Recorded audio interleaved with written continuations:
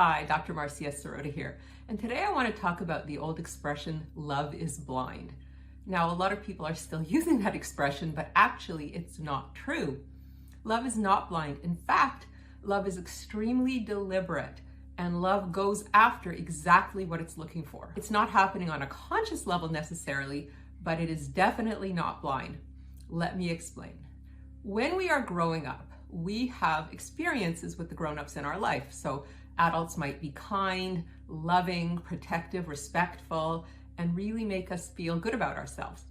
On the other hand, we might be encountering adults, whether they're our parents, our teachers, clergy, coaches, whoever, who might not be so kind, who might be rejecting, critical, abandoning, exploitative, even abusive.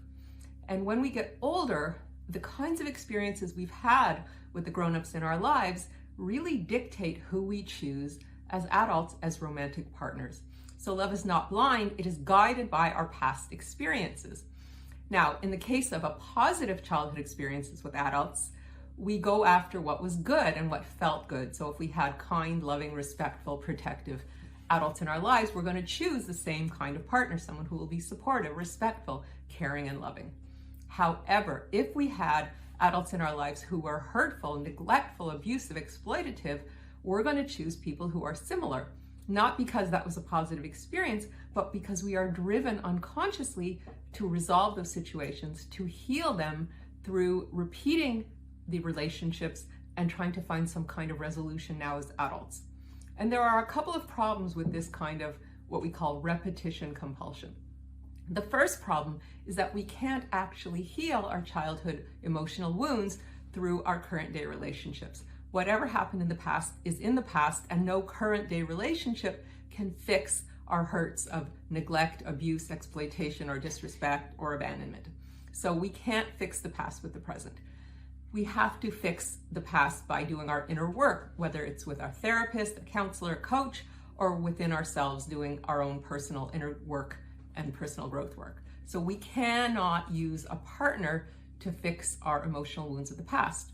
And that means that when we are compelled to repeat the kinds of patterns that we had in childhood, we're not going to be healed. We're just going to be hurt, which leads to number two, the second problem of having this kind of repetition compulsion, which is that we get re-traumatized. We get abandoned, neglected, exploited, disrespected, abused once again, and that hurts us even more, and it re-triggers all our childhood trauma, which then of course leads us to being compelled to repeat the cycle yet again because the urge to resolve is even stronger. Now, of course, this is all happening unconsciously. We're not deliberately choosing bad partners because nobody wants to suffer. Nobody wants to be mistreated or abused or abandoned or neglected or disrespected or exploited. Nobody wants that. What we want is resolution. We want healing, and ultimately we want love. But the unconscious is really driven to heal in these very interesting ways, and we are not necessarily in control of it if we have these unconscious childhood wounds. If we have these wounds that we're especially not aware of, maybe because we buried them in our unconscious because they were too painful to face, then the unconscious has a life of its own, and it is pursuing healing by always finding us attracted to the wrong kind of partner.